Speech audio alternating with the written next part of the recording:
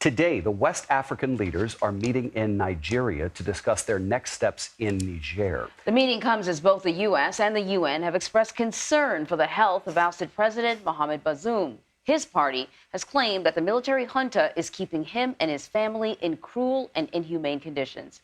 CBS News senior foreign correspondent Charlie D'Agata is joining us now from London. So, Charlie, what are you hearing about this meeting? Is this essentially a meeting of ECOWAS members, most of the members? And what are you hearing? Because after you sort of say that a military intervention isn't off the table, but then you don't do anything, it makes you look a little weak.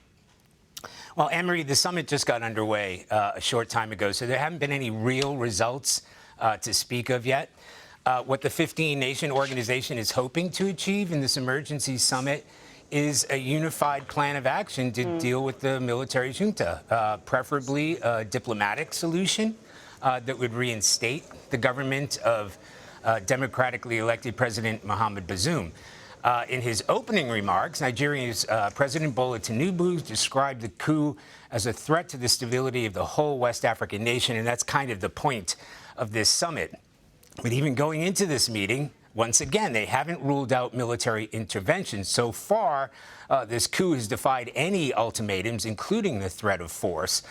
West African nations are now divided over whether to take any military action. So, Charlie, the junta announced yesterday a new government, as they called it, the positions they filled with civilians and military members. How is that being received? What does it signal? Well, David, for one, it signals that those who staged the coup 2 weeks ago believe they're here to stay. You know, they've appointed this government. It's interesting they appointed the former finance minister as the prime minister now, and he will lead a 21-member administration. Generals from the new military council will head positions like the defense and interior ministries, but there will be a mixture of military and civilian members. That shows, at least on one level, a willingness that the government will not be made up entirely of military leaderships and generals that you might see in other situations where governments have been overthrown. But that's still not likely to reassure the international community, much less the United States.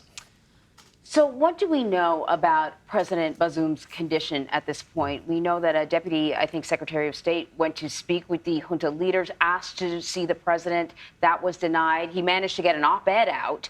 So obviously there's assistance somewhere. But do we know anything about how he's being kept? Well, the difficulty here and the concern is over what we don't know. The 63-year-old has been detained by members of his own presidential guard since July 26th.